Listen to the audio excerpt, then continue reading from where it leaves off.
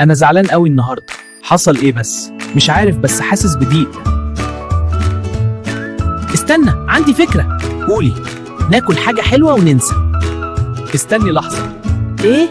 الأكل مش حل للمشاعر. طب وايه الحل؟ بس بص، الشوكولاتة دي شكلها يداوي القلب. شكلها، بس الحقيقة غير. إحنا كده بنبالغ. خليها ليلة وخلاص. اللقمة دي خلتني أحسن شوية. ده تأثير مؤقت بس. اوف، بطني تقيلة. كنت متوقع ده. أنا كنت مضايق من اللي حصل النهاردة. الكلام بيخفف كتير. بصراحة حاسس براحة شوية. شايف الفرق؟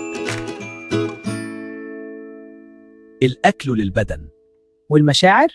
لها حلول تانية. بصوا يا جماعة، ساعات كتير لما نزعل بنجري على الأكل كأنه الحل، بس الحقيقة إن الأكل بيملى المعدة، مش بيحل اللي جوه القلب.